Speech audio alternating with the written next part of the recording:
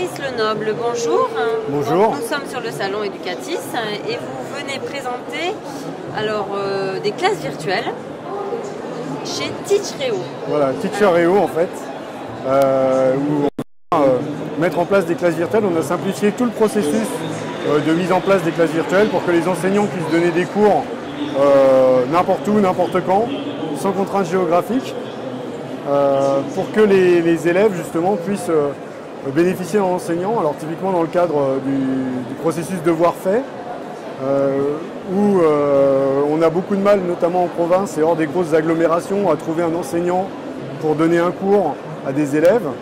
Là typiquement on peut faire appel à un prof n'importe où en France ou dans le monde qui peut venir en aide à ses élèves pour dispenser les cours dans le cadre de devoir fait. On a aussi comme objectif de se dire on va pouvoir permettre de trouver une solution palliative aux cours non assurés. Donc on sait qu'il y a pas mal de cours en France qui sont pas assurés parce qu'on manque d'enseignants, il y a des contraintes géographiques fortes, notamment pour les TZR ou les choses comme ça. Et les classes virtuelles permettent de répondre à cette problématique.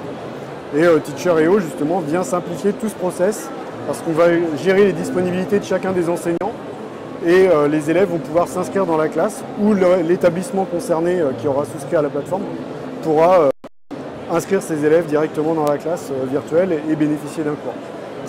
Donc vous avez déjà un certain nombre d'enseignants qui travaillent entre guillemets pour vous dans le cadre de ces classes virtuelles. On a réussi depuis la plateforme à avoir 30 enseignants qui sont sur la plateforme, qui sont prêts, qui sont opérationnels pour utiliser la plateforme.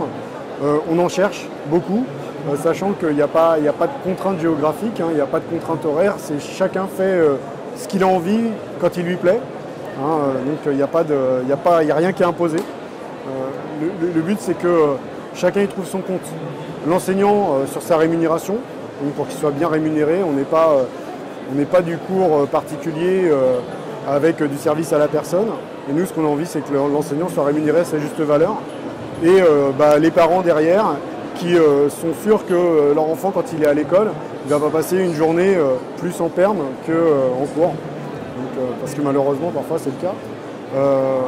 Autre chose aussi, quand vous avez un enseignant qui est en déplacement à l'étranger parce qu'il accompagne un voyage scolaire, pendant ce temps-là sa classe n'a pas cours. Là on peut très bien imaginer, c'était le cas il y a 15 jours, l'enseignant, parce qu'il ne peut pas être présent dans sa classe, fasse cours directement à ses propres élèves via le biais d'une classe virtuelle.